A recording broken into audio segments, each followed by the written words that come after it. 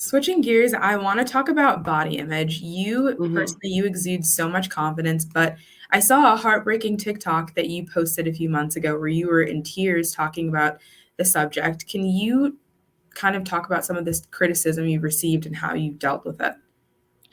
Yeah, so I think like many muscular, broad women, it's kind of against the norm of, I think we're told all our lives that being a woman means being tiny, petite, you know, pretty. But for me, that's just not who I am. That's never who I am. I'll never be that tiny, petite woman. I'll be this big, muscular woman. And so it's something that I'm really passionate about because, and I was just talking to somebody yesterday about it.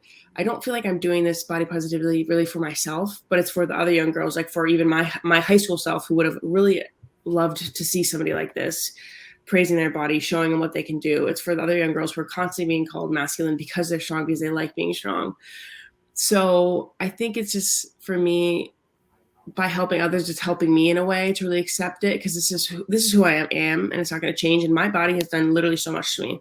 It's gotten me to the Olympics. It's gotten me to many tournaments. Made me one of the best rugby sevens players in the world. So the fact that I still criticize it sometimes, just like, why would you do it? It's just kind of a balance of like appreciating, loving your body.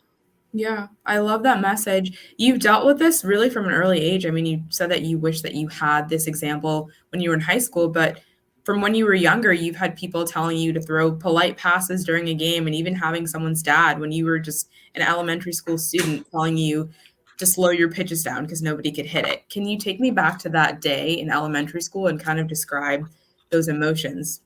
Yeah. So I think a lot of times all sorts of, girls are raised to maybe tone it down, to make it work for others, to make others feel comfortable, to make it easier for others around them. And I just remember in high school, I've always been very strong and powerful.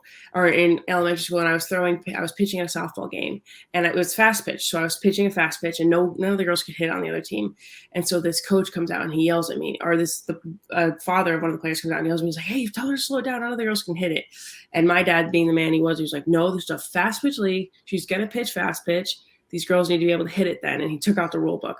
So I just think having people around me, like my dad, like my mom, who've told me to never tone it down, has allowed me to progress to how I am today. And if I can tell others to not tone it down, maybe it'll have the same kind of pyramid effect, I guess. Yeah.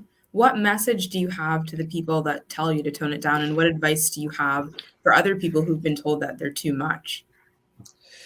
I mean, it's very hard because sometimes it can be constant. And you're like, okay, do I have to start listening to this? Like many people have said this.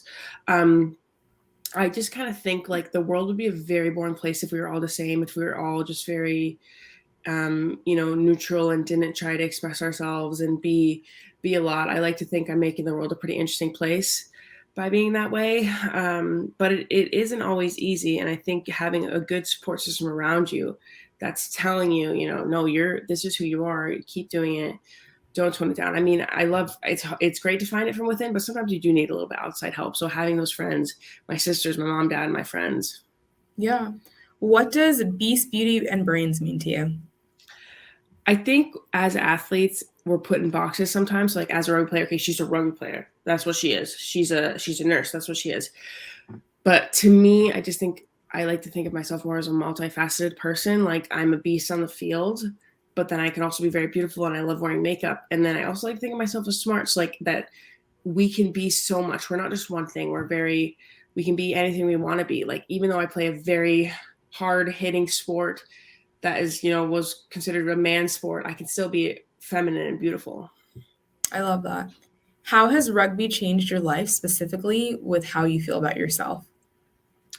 I think what rugby has done for me is it's shown that my body is not just something to be looked at and something to be, taken. It has a purpose. Like it can run hard, tackle. It's given me a new appreciation for what my body can do, what my muscles can do. And I think can do it for a lot of other women too, to show that your body is so much more than just a thing to be criticized and viewed. I love that you have this passion for growing the game. What do you want people to know about women's rugby? Um, I think that it's not just on the pitch what it does. Like what you see on the pitch is just such a small part of what rugby can actually do for your life. The social network it can give you, the community it can give you, the feelings about your body and the acceptance of any body size. It can make you feel like there's a place for you. So playing the game is such a small part of what actually rugby is.